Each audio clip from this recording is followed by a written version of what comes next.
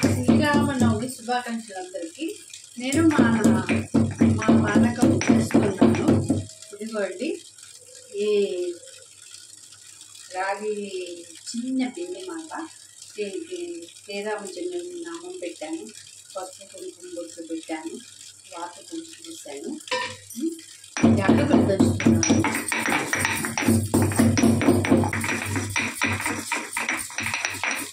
యాలకులు బాగా వేయాలి, కాస్ట్ ఎక్కువే అని శ్రీరామనవమి సందర్భంగా పానకం చేసేవాళ్ళు యాలకులు బాగా వేస్తే టేస్టీగా చాలా సువాసన, మంచి వాసన తాగటానికి కానీ, ఇంట్లో కర్పూరం వాసన ప్లస్ ఈ యాలకులు పరవన్నంలో వేసినప్పుడు చూస్తే మంచి వాసన అన్నమాట.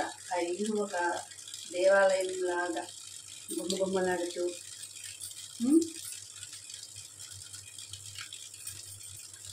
ఇదిగోండి, బెల్లము, మిరియాల పొడి, యాలకుల పొడి, తులసమ్మ. ఇది రామ తులసి, విష్ణు తులసి, కృష్ణ తులసి, 4 రకాల తులసులు ఉంటాయి కదా. అట్లా రామ తులసి నా దగ్గర అయితే 3 తులసులు ఉన్నాయి. ఫస్ట్ ఓంప్రద నేను తులసమ్మని వేద్దాం అనుకున్నాను. గమ్ గమ్ గణపతే నమో నమః. ఇదిగోండి, పానకం చెంబులో ముందు తులసమ్మని వేస్తున్నాను. తులసమ్మని వేసాను. ఆ తర్వాత బెల్లం వేస్తున్నాను. ప్రసాదాలు చేయడం అంటే నాకు భలే ఇష్టం.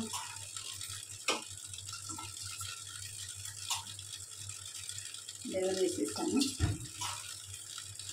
ఆ తర్వాత మిరియాలు.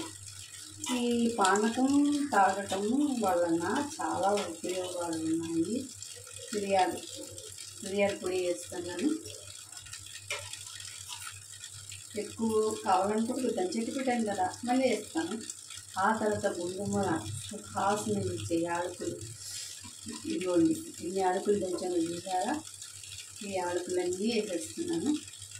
వేసేసి ఇప్పుడు యాలకులు కూడా మిరియాల పొడి తక్కువైతే, బెల్లం తక్కువైతే ఇంకా ఉంది, కొట్టేస్తాను. ఇట్లా పెట్టుకొని జై శ్రీరామ్. దేవుడికి నైవేద్యం పెట్టేదాకా మనము ఏం తగ్గింది, ఏం తగ్గలేదు అనేది చూసుకోవడానికి కొంచెం కష్టం కదా. అందుకని దేవుడి నైవేద్యం అయిన తర్వాతే నేను టేస్ట్ చూసి యాడ్ చేస్తాను అన్నమాట.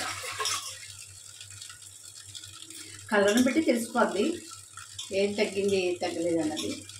కలర్ని పెడితే చూసారా. ఇదిగోండి కలర్. నా తెలిసి అన్నీ పర్ఫెక్ట్ అనుకుంటున్నాను. ఓకేనా ఫ్రెండ్స్, ఇదే మా పానకం, శ్రీరాముడికి నివేదించే పానకం మాట. ఇది మా పానకం.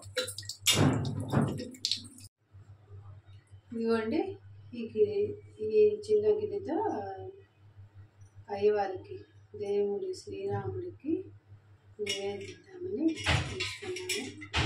చూడండి, కలర్ఫుల్గా ఉంది నా పానకం అయితే చూస్తానికి. ఇదిగోండి చూడండి, నా పానకం నేను రెడీ చేసేసాను.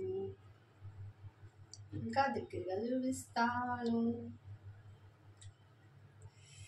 అయ్యవారికి నివేదించేసి ఇప్పుడు దీంట్లో ఏం తక్కువైనాయో చూసి వేస్తాను. ఇవన్నీ తీసుకెళ్ళిపోయి ఒక సీసాలో పోసేసి ఫ్రిడ్జ్లో పెట్టుకొని చల్లగా హాయిగా మధ్యాహ్నం పూట తాగితే సూపర్ ఉంటుంది. మీరు కూడా ఫ్రిడ్జ్లో పెట్టుకొని తాగుతారని చాలామంది ఇలాగనే చేస్తారు. మిగిలి ఉంటుంది బస్తారు. సాయంత్రం 4-5 ఈ పానకం తాగితే సూపర్. బాయ్ అండి.